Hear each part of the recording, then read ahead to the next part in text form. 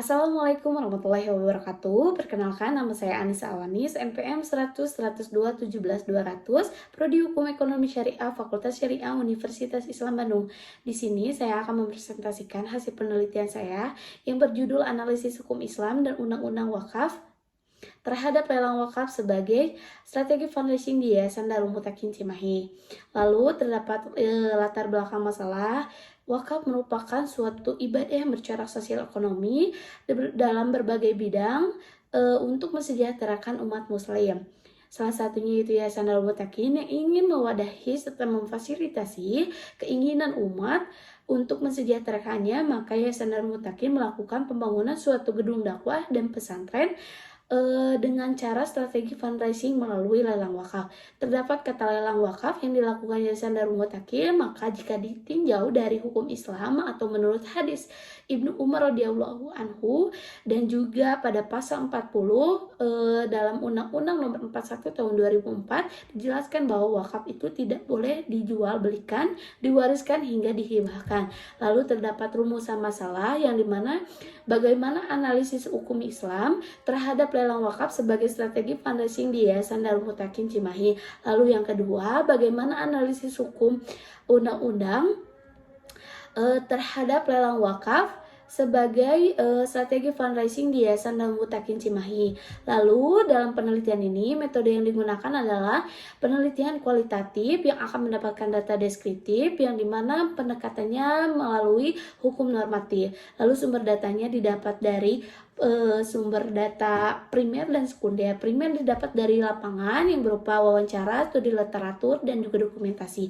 Lalu yang kedua adalah sumber data dari sekunder yang dimana didapat dari buku, jurnal, dan makalah serta penelitian terdahulu.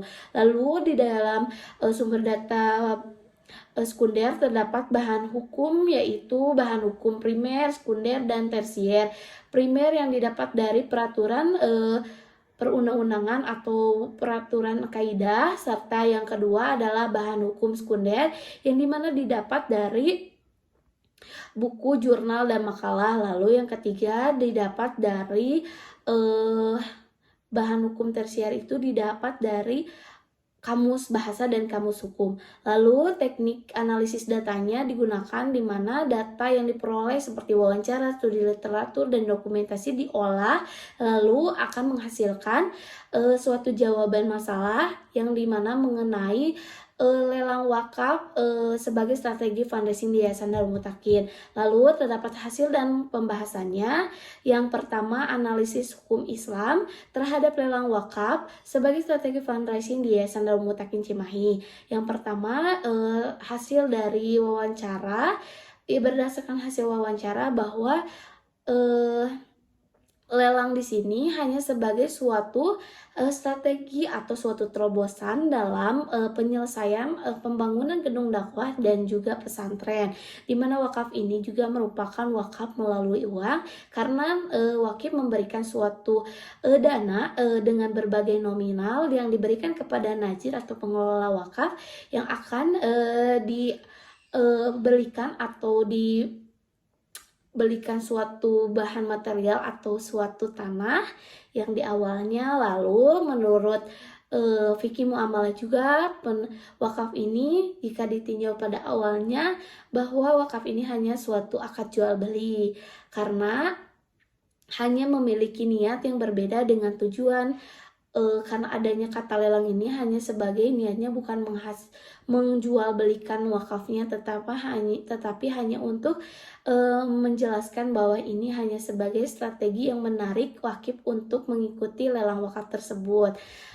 Jika tujuannya hanya untuk kepentingan keagamaan, lalu jika dilihat dari rukun dan syaratnya sudah memenuhi karena wakifnya beragama Islam, berakal, dewasa, dan juga tidak dalam pengampunan. Lalu maukufnya harta benda wakafnya berupa tanah, maukuf alainya yang diberikan untuk kepentingan keagamaan dalam masyarakat secara umum, dan sigotnya secara lisan dan juga secara tulisan. Lalu jika dilihat dari analisis undang-undang wakaf terhadap lelang wakaf Sebagai strategi fundraising di Yayasan Darul Mutakin Cimahi, menurut tujuan dan fungsinya sudah sesuai dengan pasal 5, di mana tujuannya untuk kepentingan keagamaan secara umum. Lalu yang kedua adalah jenis nazirnya yang didapat dalam pasal 9, yang dimana nazirnya berbadan hukum, yaitu Yayasan Darul Mutakin. Lalu yang ketiga terdapat harta benda wakaf. Dalam wakaf tersebut dijelaskan dalam pasal 15, di mana harta bendanya berupa tanah. Kesimpulannya yaitu menurut hukum Islam sah-sah aja karena sesuai dengan rukun dan syaratnya, dan juga hanya sebagai strategi dalam kata lelang tersebut. Yang kedua, tentang nazirnya, tujuan dan fungsinya, serta harta benda wakafnya sesuai dengan Undang-Undang Wakaf nomor 41 tahun 2004. Maka penelitian saya hanya segitu. Sekian dan terima kasih. Wassalamualaikum warahmatullahi wabarakatuh.